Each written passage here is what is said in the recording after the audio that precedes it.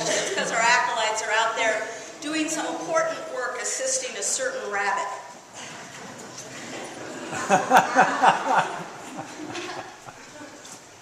So I was kind of intentional in the way I read that gospel. I'm sure you caught my tone. The Gospel of Mark cruises along. Let me go grab it. The Gospel of Mark cruises along, making the disciples look pretty bad all the way. And we come to the end of Mark's Gospel, and it says that the women who were at the tomb, and the women usually fare pretty well in Mark's Gospel. In all the Gospels, the women look a little better. Let's be honest, they do. So they fled out, they went out and fled from the tomb, for terror and amazement had seized them, and they said nothing to anyone, for they were afraid. That's the actual ending to Mark's Gospel. And the people who were transcribing Mark's Gospel said, we can't leave it there. So then they added this. If it didn't make sense to you, there's a reason it doesn't make sense. Because they didn't say anything to anyone, and then the next sentence says, and all that had been commanded them, they told briefly to those around Peter. That was the early church's effort to make the ending sound nicer. And of course they did, eventually, tell. We know they did. We know the word eventually got out. But Mark's Gospel ends, actually, with them not telling. Mark does not sugarcoat discipleship. He makes it very clear that the followers of Jesus don't always understand what it means to follow Jesus. He makes it very clear that we, not just them, he's not telling a story about the past, he's telling a story about the present, he's telling a story about us. He makes it very clear that it is hard to get it and hard to follow, and sometimes frightening, and sometimes just too much. It seems like it's too good to be true. The disciples were not prepared for Jesus' death. They were no more prepared for his resurrection. That stunning awareness was more than they wanted or were able to receive on the surface of it. So what held them back?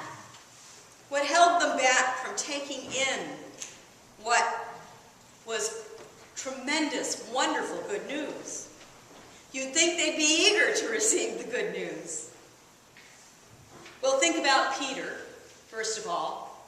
Think about the level of shame he had. We are told in the story that Peter, who claims he'd stand by Jesus no matter what, winds up betraying him 3 times on the night of his trial. So maybe shame would keep one away, would blind one from seeing that good news. Or maybe a feeling of unworthiness. We're told that Mary Magdalene had 7 demons cast out of her, and she lived in a world that was constantly telling her to keep quiet and stay away. Maybe that feeling of unworthiness kept her from recognizing the resurrection. Or maybe a fear of the unknown, or maybe sheer discouragement. Or maybe, when you hear the story of the women, maybe it is a fear of responsibility, that what would be expected of them would be too great if this were true. For these women were not normally encouraged to proclaim news to anybody, let alone to the likes of Peter and company. Maybe they didn't expect to be believed. Maybe they didn't expect to be trusted. And maybe they just decided it was too scary to live out that vocation in that moment. But we know Mark is writing maybe 40, 50 years after these events. We know that the story gets out.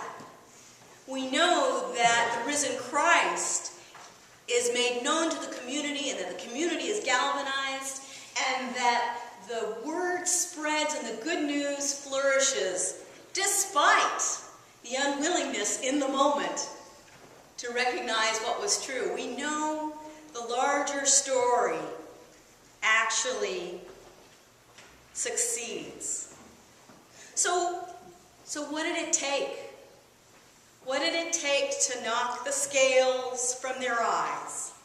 What did it take to awaken them to new possibilities? What moment of revelation? The word imagination comes to mind. For sometimes it takes that kind of creative leap to get past seeing what we expect to see in order to see what is true. We get stuck in a rut when we've seen it one way and this is how we expect it to be. That's all we can see until some spark of imagination changes our vision, changes our course, and gives us the possibility of recognition. There are other stories in the Gospels. There's the wonderful story of the gardener who comes to Mary Magdalene, and she's looking for her Lord and weeping. And she turns to the gardener and she says, "If you know where he is, please tell me. I really want to find his body." And then he speaks her name, and she recognizes it is Jesus.